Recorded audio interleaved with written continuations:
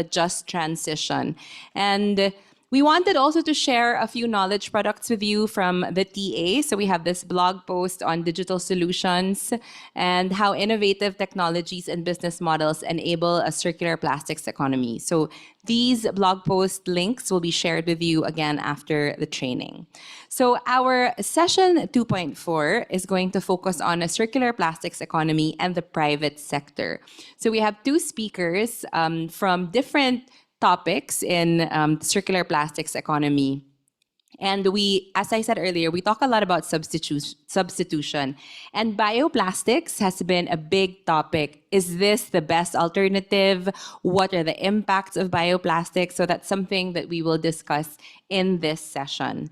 So how the session will go is we have two speakers, and then we will invite them to join a panel discussion moderated by James. And then we have a discussant from ADB who will talk a bit about the role of ADB in working with governments in the private sector. So our first speaker is Pia Kerdlap. He is a sustainability scientist and international development professional with 10 years of experience in life cycle assessment, circular economy, and clean energy in Southeast Asia. He leads PXB Sustainability, a consulting firm that helps businesses, nonprofit organizations, and development agencies measure and achieve their sustainability goals in the region. So Pia, the floor is yours.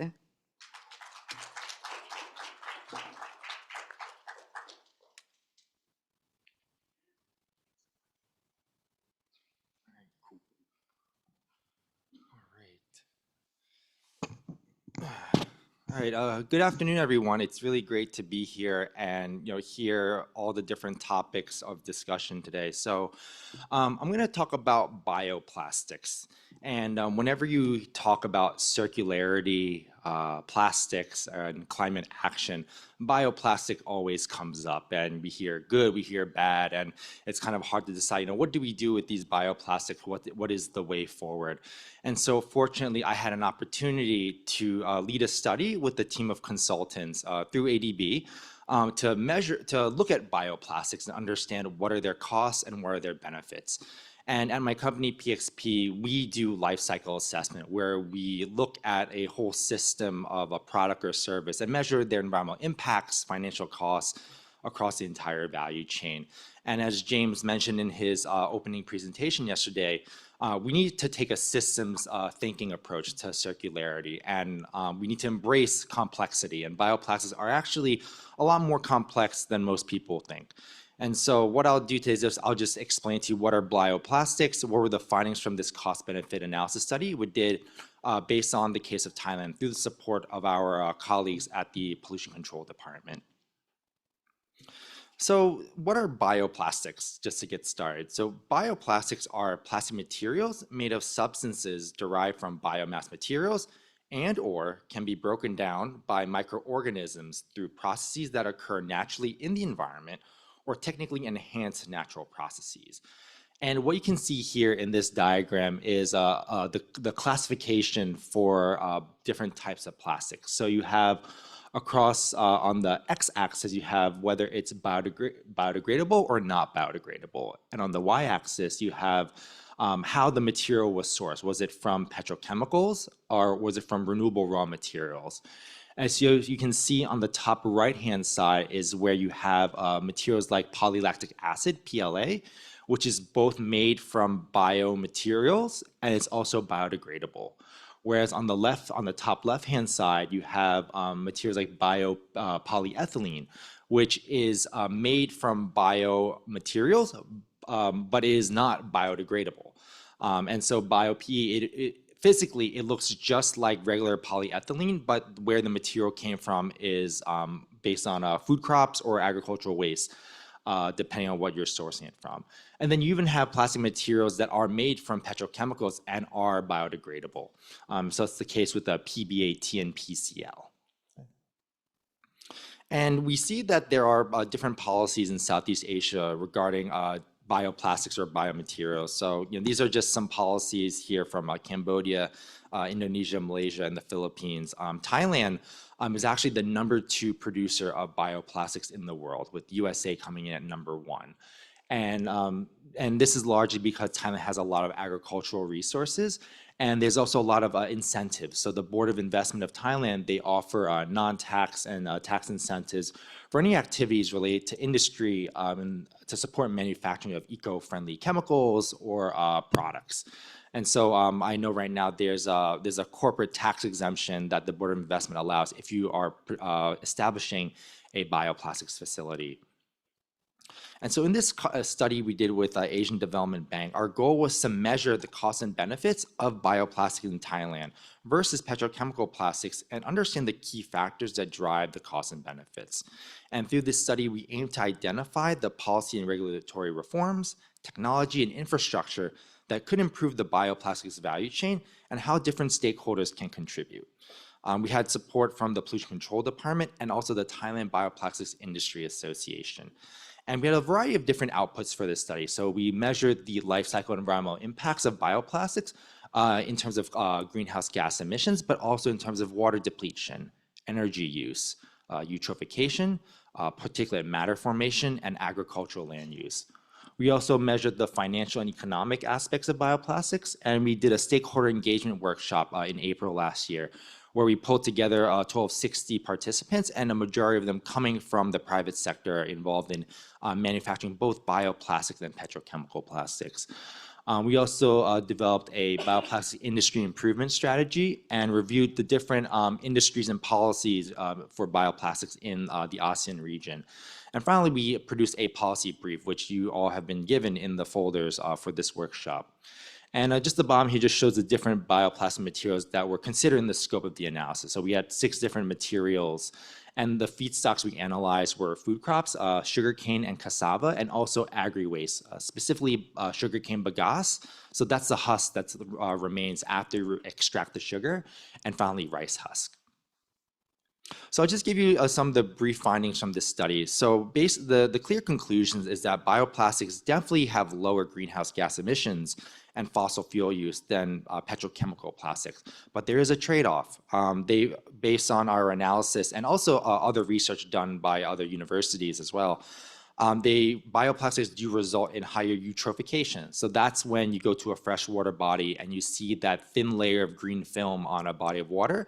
And that happens as a result of fertilizer runoff from agricultural activity. So that is kind of like steroids for the algae in the water.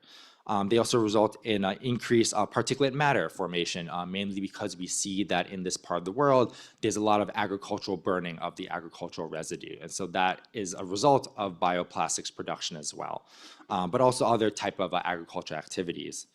We see that farming and feedstock production is the main stage where most of these impacts are happening. And in terms of waste management, this is actually really important. So a lot of people think that you can just take bioplastics and throw it in your in the yard and it'll be all fine. But actually, if the bioplastic material, if it's biodegradable, it's great. It disappears into really small particles. But if it's in the wrong type of environment, it can actually release methane, which has higher greenhouse gas emissions. So across the whole life cycle, you can actually have more greenhouse gas emissions than petrochemical plastics. But if you put it in a industrial composting facility, then that's how you can avoid methane from being generated, and you have CO2 released instead. And in some cases, you can, for agricultural waste, so this is an interesting area for use of a different type of feedstock instead of food crops. You can actually have a net increase in greenhouse gas emissions depending on how intense the chemical conversion process is for converting that waste feedstock into a bioplastic material.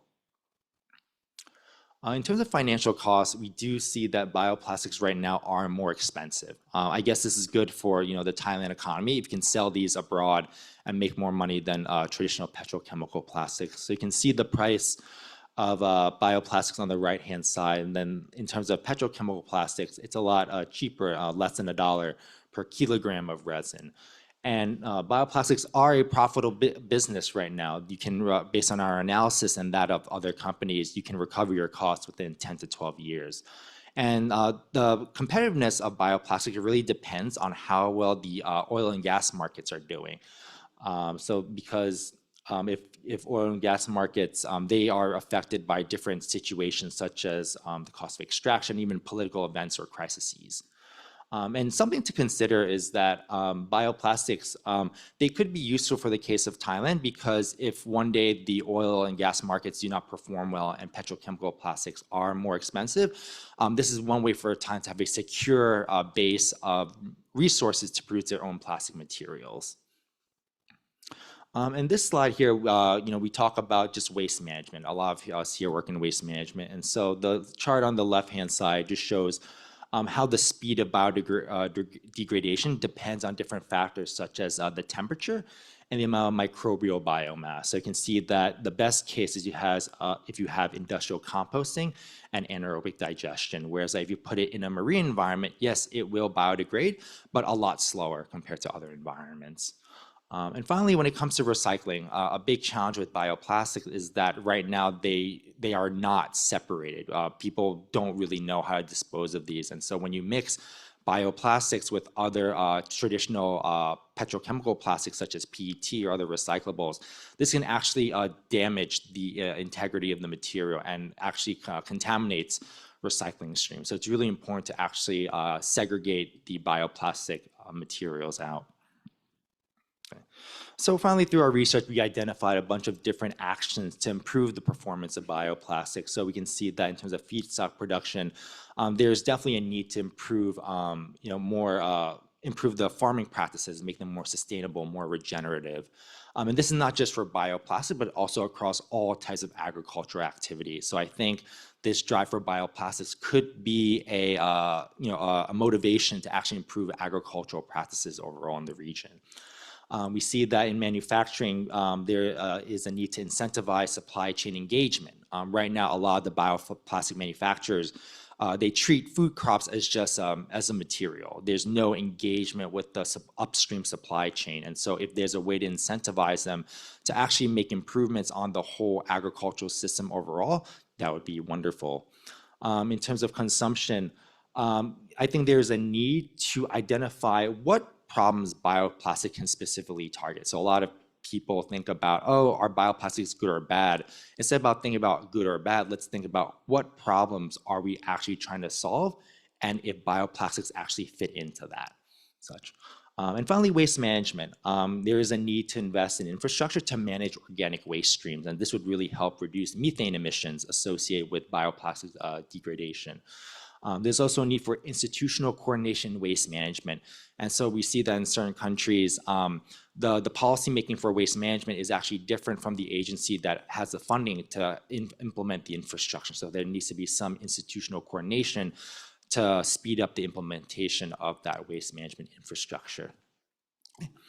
And then there is a need for also development of effective bioplastic labeling schemes. So we have a labeling scheme that allows consumers to actually know which items are bioplastic materials, and they are motivated to dispose of them properly. That can really help avoid those methane emissions from bioplastics. And so again, this is just the bioplastics policy brief we produced. If you're interested in learning more, please feel free to refer to the bioplastics policy brief. Happy to talk with others during the break as well. And one thing I was really motivated about this morning, about the gender presentation by Rafaela, and she really sparked something in me. I think I mentioned how we should look at bioplastics as what problem are we trying to solve? And something interesting that kind of came to mind during that presentation was bioplastics might actually be a way to, I don't know, make the plastics industry more accessible, because right now it's in the hands of large petrochemical companies, but actually, if you have this supply chain of bioplastics where you have farming, you have manufacturing, you can actually have more involvement from indigenous communities, people who want to manufacture plastics and stuff, things that different genders can actually participate more. So that's just some food for thought there in terms of what problems can we solve with bioplastic, what opportunities does it provide. If our target problem is pollution, climate change, then bioplastics is the way to go, but also be conscious of the potential trade-offs, and that's complexity, that's circularity. Okay. So thank you all for your time. We appreciate the support of the Pollution Control Department and the Thailand Bioplastics Industry Association for helping us with this study.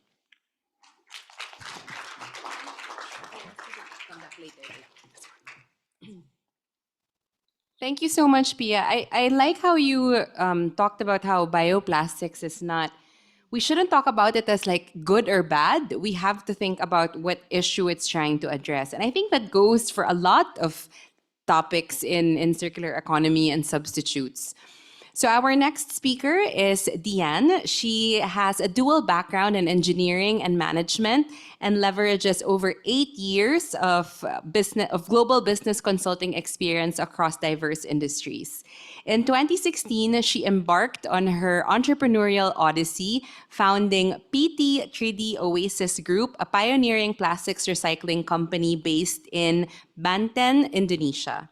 In 2022, she branched out 3D Oasis Impact through settling up a new joint venture company with Alba Group Asia under the name Alba 3D Plastics Recycling, delivering state-of-the-art rPET food-grade facility in Central Java, Indonesia. So welcome, Diane, and here's the floor.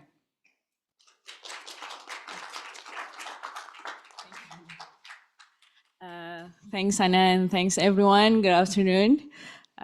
So one more presentation, then we have a coffee break. Right, so thanks, and I'll just start with this very short video opening just to wake you up a bit.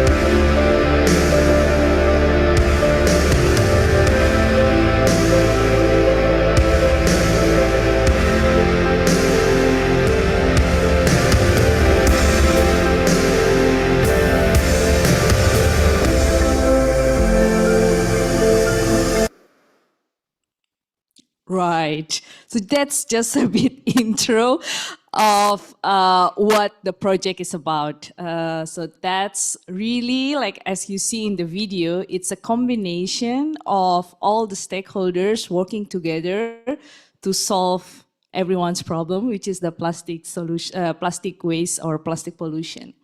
So it's Alba 3D Plastics Recycling Indonesia. It's, as Anna mentioned earlier, it's a joint venture together, combination of my own company, 3D Oasis, is a small, medium enterprise company, and then we got investment from Alba Group Asia that brings knowledge, technology, and experience in the waste management.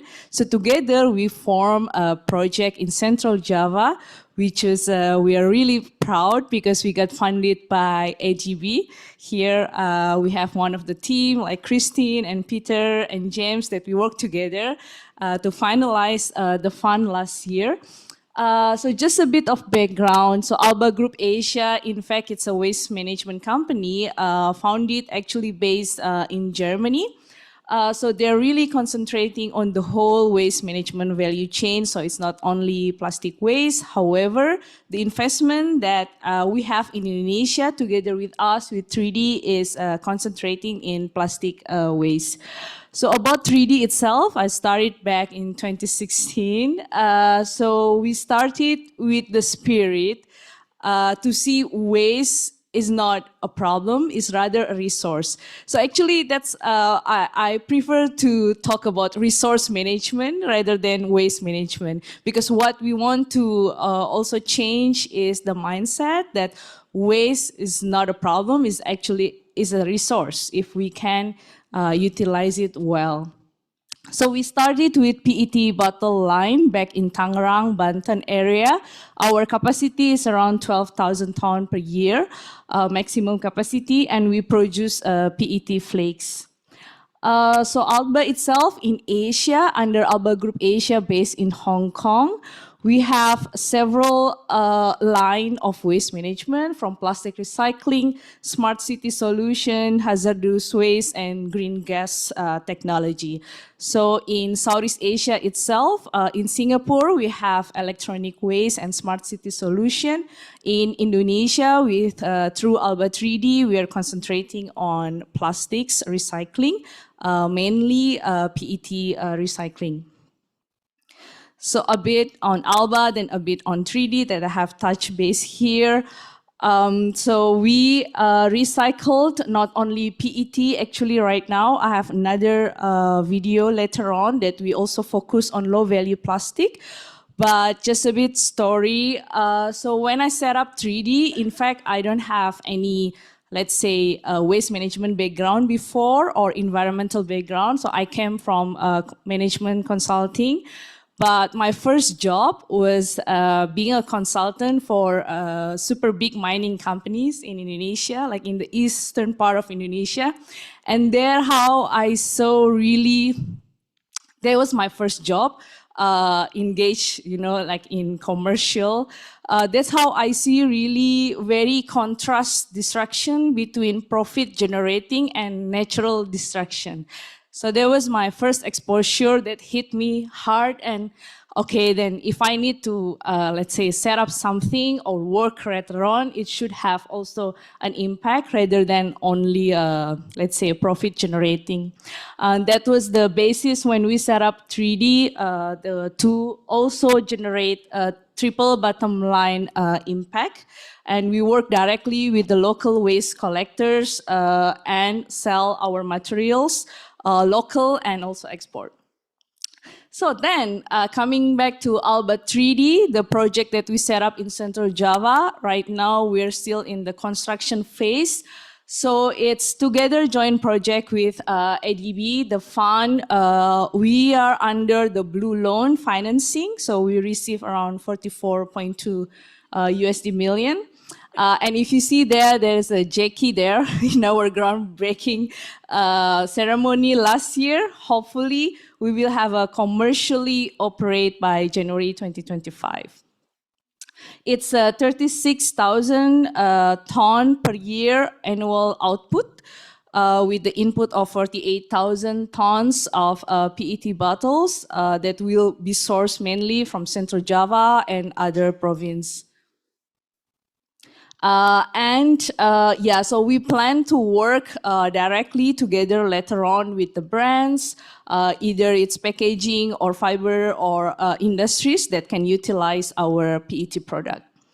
So talking about circular economy, I just want to show a short video here where we already work in Tangerang and really see the circle from the source up to the final product together with the brands and make the project or the company is sustained because it's commercially viable.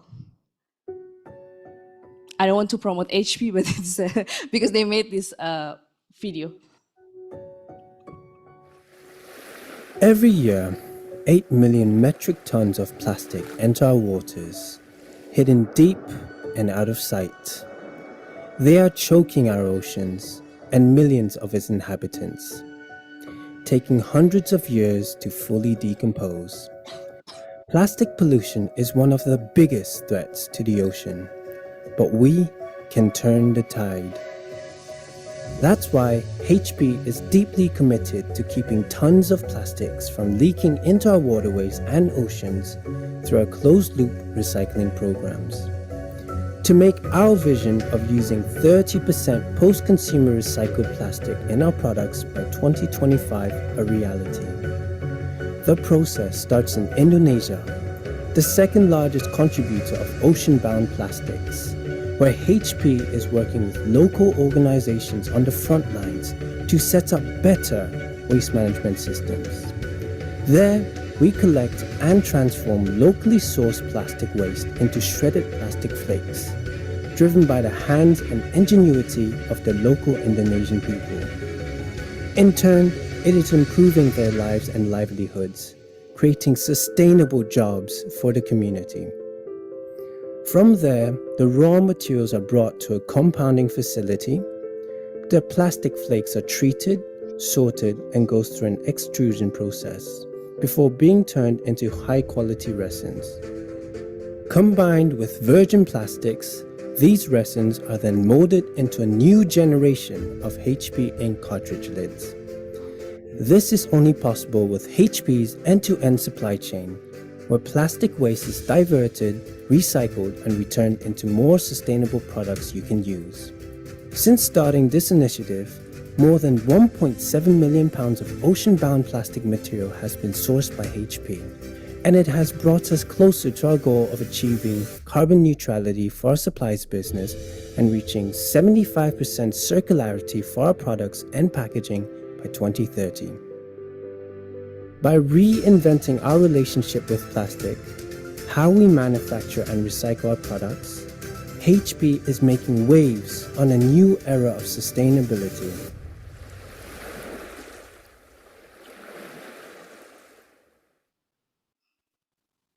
Yeah, that's just to show actually circular economy can works, because the second word is economy, so that should create economy if we really can link end-to-end supply chain. Just a short one, that our new initiative on low-value plastics, because in fact 80 to 90% plastic pollution, especially in Indonesia, is coming from the low-value plastics or difficult or hard to recycle plastics.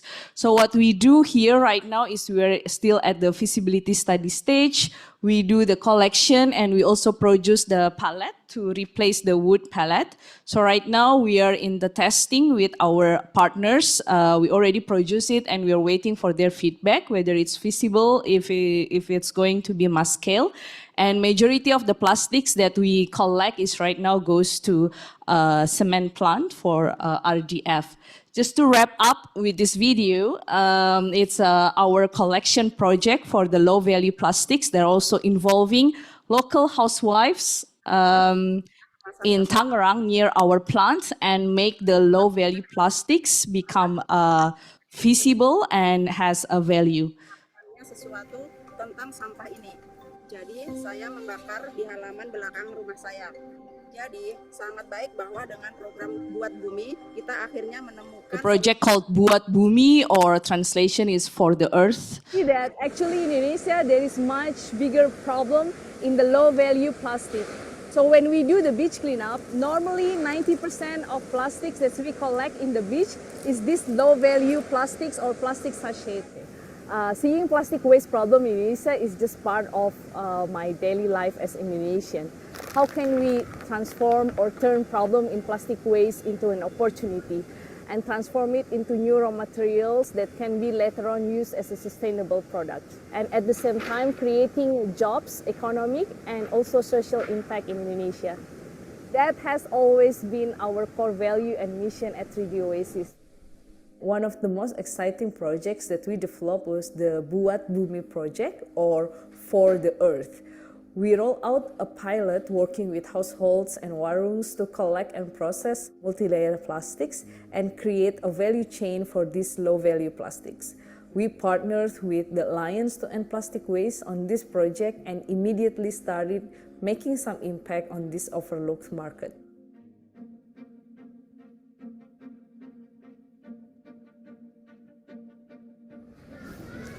Assalamualaikum, Bu Ita. Housewives are smart, resourceful, and likes to share good things with others. They are some of our first responders to drive change within a community. But they have a sharp radar that knows when something is good and will work and when it won't. They are also the ones to manage the waste in the household and are seeking a positive activity to keep them engaged. So when we roll out our Buat Bumi program, we had to make sure that the model was sustainable, accessible, and easily understood. Ya, aku senang aja nyampeinnya ya kalau ada karena kan suka ada perasaannya, kok Bu Ita kalau ada sampah dipungut-pungut gitu. Aku sampai minta sampah gitu ya, misalnya ngerasa sampahku dikit gitu. Kenapa dipungutin sampah gitu? Padahal sampah itu bernilai loh gitu. Terus kalau bilang terus jadi aku kenalin gitu. Jadi pada ngikutin ibu-ibu. Iya. Aku bilang kan kalau di rumahku dari RT dicoba dulu ya waktu itu 10 orang gitu. Kalau mau ikut boleh gitu. Saya telah membuka warung ini selama lebih dari 3,5 tahun dan saya sudah mengenal hampir semua orang di lingkungan ini. Menjadi mitra hanya membuat peran saya dalam komunitas menjadi lebih bermakna. Karena saya merasa memberikan kontribusi kepada tetangga saya, sambil juga mendapatkan imbalan hanya dengan berada di sini. Karena kita nggak tahu dulunya kalau sampah-sampah yang berserakan itu, nggak taunya kita menjadikan nilai jual juga gitu Mbak. Kalau ada bungkus saset dari kopi, dari mie ataupun dari sampo, dari sabun kayak gitu kita minta tolong suruh dikumpulin juga kayak gitu. Setelah entar 1 bulan itu dikumpulin dan kita nanti akan dikasih bonusnya yaitu berupa sembako Mbak. Itu kan Since lumayan buat it's kita. low value, so we reward it with groceries rather than money every month. Malah kalau bisa lebih meningkat lagi gitu Mbak. Let's finish.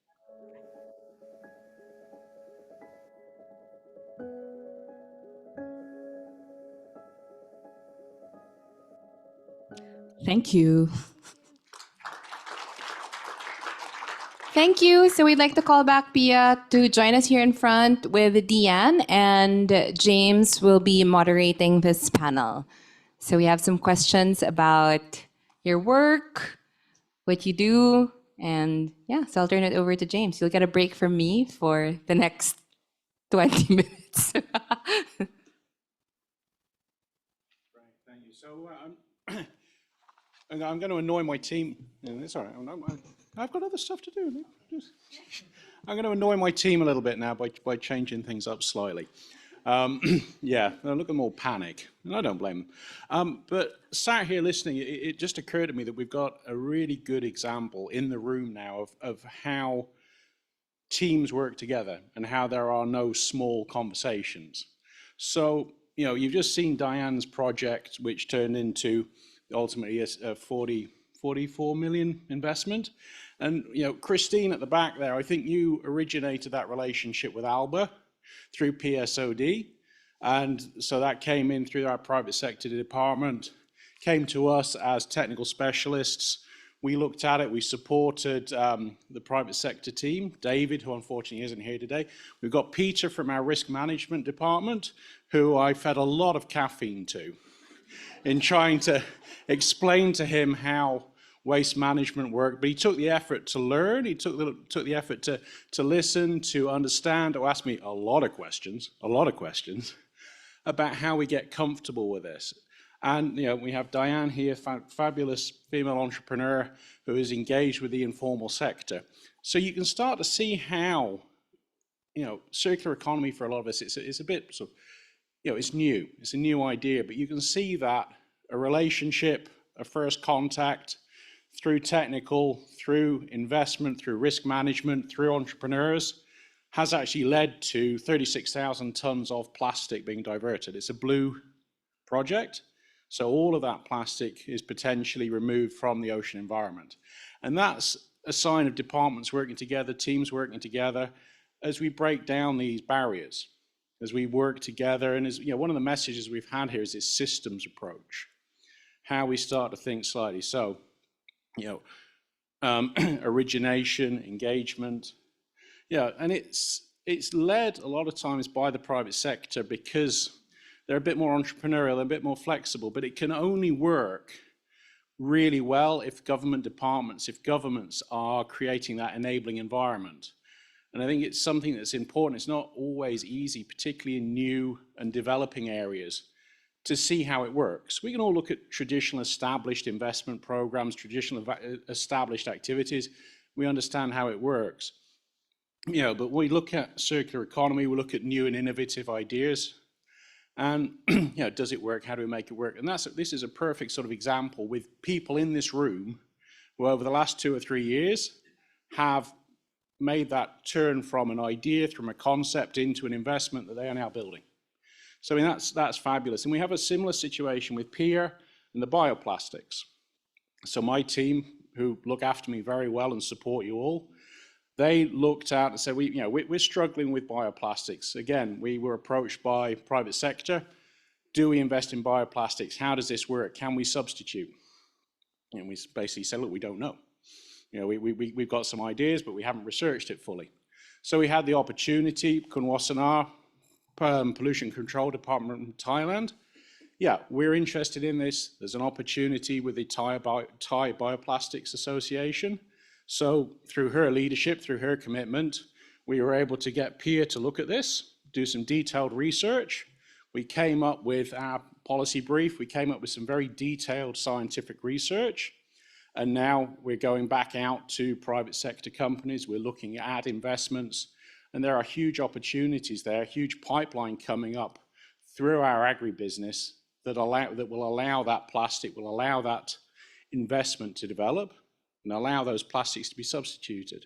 So it's just a really good opportunity for us to see. We've got two experts sat in front of us, two very clever people who are working hard, supported by government, supported by ADB, that are delivering real change.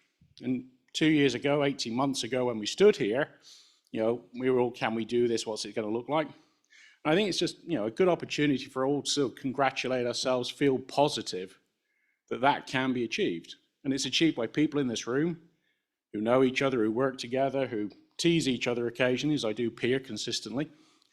And it's very positive. You know, Karma and I are now working on clean air. How does clean air relate to plastics? Well, plastics waste management, Vincent mentioned open waste burning. And all of a sudden you think, well, yeah, if I burn plastics, there's a lot of smoke, there's a lot of particulate. All of a sudden there's a link to air quality management. All of a sudden there's a link to public health. So there are no small conversations. There's nothing that's unrelated to what we're doing here. It is all part of the system. So having sort of pointed that out to you, which I thought was just really important, and I wanted to do that, I'm now going to come back to our moderated panel, and my team will breathe a sigh of relief. Yeah, well, I haven't made too much of a mess of it. Yeah, and I'm just really, really impressed with both Diane and Pia, although I don't say that to them enough. Diane has done a fantastic job of bringing together the informal sector. And one of the challenges for myself and certainly for Peter and the risk management was how do you invest in an informal sector as a major bank? How do you get comfortable that that supply is going to be there? How do you get comfortable that, you know, if we build this $44 million plant, that the plastic is going to arrive? So Diane, I'd just like to ask you, can you tell us, you know, you did some fantastic presentations there about, you know, female-led entrepreneurs, women in the industry. Can you tell us a little bit more about how you got that engagement, and then perhaps tell everybody a little bit about how you worked with us to plan the increase in tonnage as we invested? Is that okay? Oh. Sure.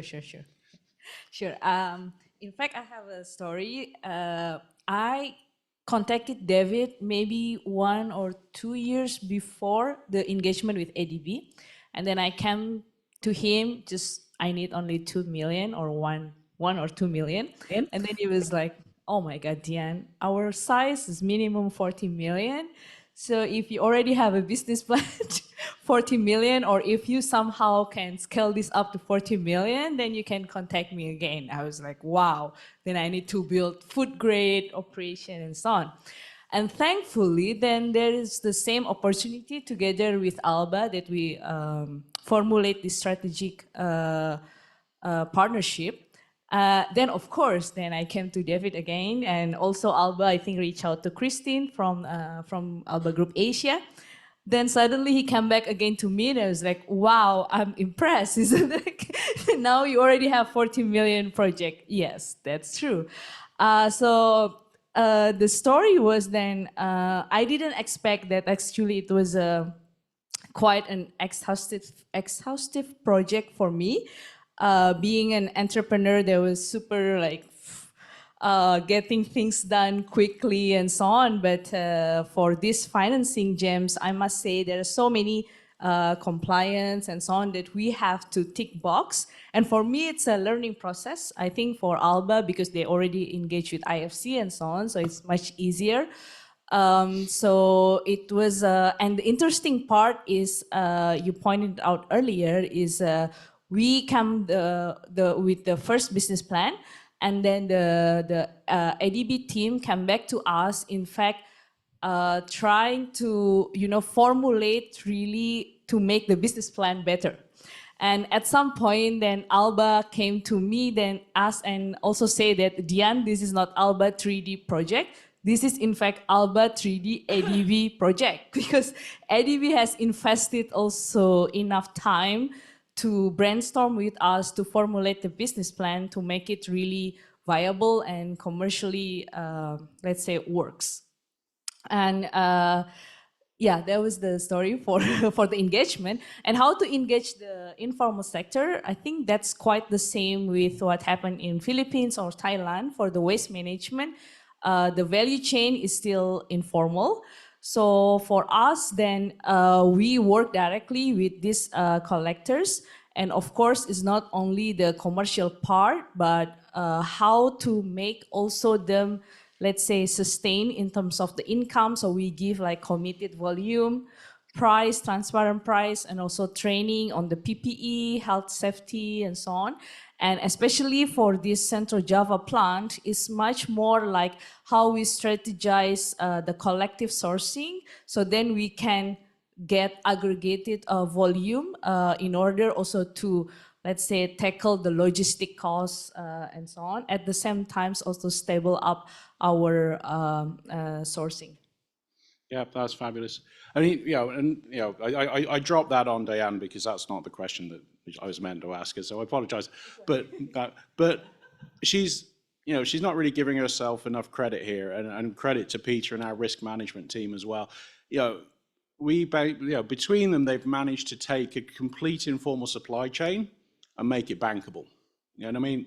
I've been in waste management probably 20 odd years, longer than I care to remember. And it's probably the world first that we've ever seen that level of informal sector organization, that level of understanding from a risk management team to support that investment. Most investments, you have to have at least a really solid underpinning. But through Diane's hard work, through the risk management team's understanding and hard work, we managed to overcome that. And a lot of what circular economy is, it is working to understand something new, using what we've done before, and then trying to apply that and make it work. And I think that's just a fabulous example of how we do that. And coming to Pierre and the work that he's done for us. So again, substitution. One of the questions of circular economy that comes out a lot is, what's better? Is plastic bad? Shouldn't we all go back to glass bottles? Shouldn't we go back to metal? This is something that people say, oh, in the old days, we never threw anything away. I did this, I did. That's very true. But, ultimately, one of the questions we have is, in a lot of situations, plastic is the best solution for that material, for that product. Our behavior as consumers, our behavior in our throwaway society, unfortunately, is negative. So, Pierre, your background in life cycle assessment, and I think perhaps everybody in here understands life cycle assessment, but it's looking at all of the elements of a product. So, a glass bottle is recyclable, perhaps more recyclable than plastic, but you have to wash it. There's energy involved in that. So perhaps a little bit about life cycle assessment, Pierre, and how you've used that for us and other customers, other people, in understanding, substitution. What is better? What's not better? Sure. No, happy to talk more about this. So it seems like in the past year and a half, we've gotten a lot of inquiries about these alternatives. So recently, I'll tell you another case study. So we worked with a company in Viet Nam. They have a reusable glass bottle business in Da Nang. And what's really interesting is that they've been making claims, but they want to get some real numbers behind their claims and stuff. So they had us do a life cycle analysis of their reusable bottle business. And a lot of studies, if you go out there and you look at like reusable bottles versus like plastic bottles, a lot of the studies show that plastic bottles are actually better. But when we analyzed this specific company, what was so interesting was that their reuse rate was so high and the distance was so short that they outperformed plastic bottles and aluminum cans, and also what was the other packaging? Also single-use glass bottles. Apparently in Vietnam, some companies, they'll say, okay, use a single-use glass bottle, it's better for the environment. They just because it's not plastic, right? But then when you actually do the calculation, for obvious reasons, the single-use glass bottles are higher. So that's another case where life cycle assessment is really useful. You can see that it's context dependent, and so based on the actual performance of the business. And so that was just a really cool case study to show how business model design in circularity is so important. Because they figured out that if you just build a facility close to your customers, you keep the distance less than 50 kilometers, and you maximize the reuse, that's also really important. And the business involves going out to collect it, so they own that supply chain, so that ensures reusability. And so that is how just business model design ensures better environmental performance for that. Similarly, we also did a study about this, the eco lumber, right? Taking plastic sachet waste in Bangladesh and turning it to the construction board material. And we found that that also has better environmental performance in terms of greenhouse gas emissions and PM emissions compared to RDF. Yeah. So those are just two examples regarding how we use LCA to actually determine the environmental performance of circularity. Yeah, and I mean, this is what we've used when we asked Pierre to look at all the different bioplastics, and you saw in his slide presentation that, we've had this discussion several times from me, that, there are no silver bullets, there are no cover all, but, by working with specialists, by working with people who are energized and interested, there are solutions there to be found. And, there are situations where things work, there are situations where they don't work. Does anybody have any questions for us about how, specifically the projects that Diane and Pierre have worked on, but also on this sort of wider subject of working together? Stunned silence. End of the day. I guess everyone wants to work together at the coffee break, right? Yeah, I think so. The snacks are there, coffee's brewing. I think so. Pierre, perhaps just a little bit more then on the bioplastics. We asked you to have a look at this, and Pierre, one of the reasons that Pierre's done this is it's very scientific. One of the problems we have with this technology is that the numbers aren't there. And Gary mentioned we want the numbers, we want the numbers, we want the numbers. It's how we manage risk, it's how we manage the investment. But perhaps just a little bit about the research you did and any difficulties you ran into with that. So I think some of the difficulties we had was, getting the data was actually easier than expected, because fortunately Thailand has done a lot of studies on biomaterials, and some of the companies, they put out their own life cycle assessment studies regarding their own bioplastic materials. I think it was the financial analysis that was really hard, because we were only able to get data regarding the price of the materials and the capital costs, and it became hard the companies aren't willing to share just the detailed breakdown of their budgets, how much of the money goes to like manufacturing versus raw material and such. So we were only able to get to a certain level with the financial analysis, enough to help answer questions regarding investments and such. But when you want to find out like whether costs are higher from manufacturing or other stages, that's where we really had a big question mark and such. But no, we understand. I think this is common in any type of financial analysis. Companies don't want to share their financial data for obvious reasons. So I think that was challenging. I think the end of life analysis in terms of greenhouse gas emissions, that was hard. When I mentioned about the methane emissions, that was only for polylactic acid, because the only research that's available regarding the greenhouse gas emissions from biodegradation, the best data we could find was just on polylactic acid. We didn't look at the other bioplastic materials in terms of end of life. So that's hard. And I think with companies that are producing biodegradable packaging, in an ideal world, they'd have some scientists go out and check how much greenhouse gases are released, but not everyone has that capacity. And so that's kind of we can see clear trends, definitely, that bioplastics, if they biodegrade really well, there's methane release. So the trends are important, not the exact numbers, but the trends were kind of obvious to see. So that's why I think despite these data gaps, we were able to come up with certain conclusions that are relevant in terms of making decisions regarding infrastructure investment, policy reform, and capacity building.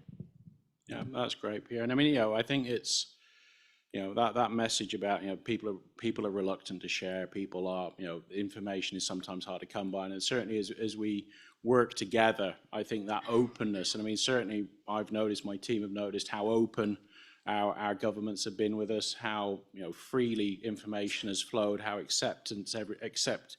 acceptance everybody gives to the work that we do, I think is a very positive one. So thank you very much, Pia. Thank you very much, Diane.